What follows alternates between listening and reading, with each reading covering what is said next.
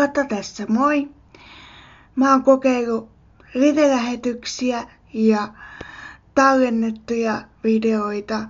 Nyt mä halusin tuoda tähän jotain uutta ja jättää teille ikään kuin tällaisen vastaajaviestin, niin kuin mä keksin näitä kutsua.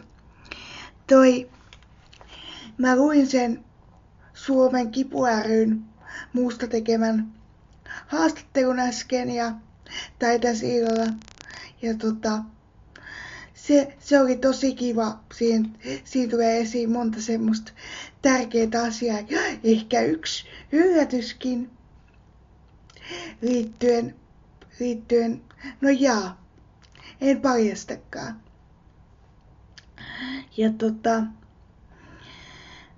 Ja tosiaan kiitos kaikille eilen kollektiivisesta tuesta Twitterissä kirjailijatilillä ja Fasessa sitten yksityisellä tilillä. En todellakaan ollut yksin. Istuminen on vieläkin vähän hankalaa.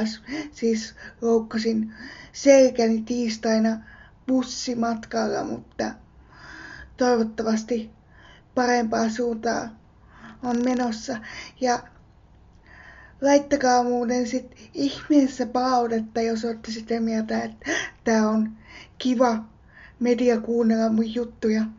Nää pelkät höpinät, niin voidaan ehkä jatkaa tätä. Mutta tosiaan, ja sit sen Kipu ry:n haastattelun lisäksi niin on tulossa ainakin Traipentelin sivuille, kustannuspalvelun sivuille myöskin haastattelu, joten pysykäähän kuulolla ja tietty blogin äärellä. Mutta nyt mä toivotan kaikille oikein hyvää yötä.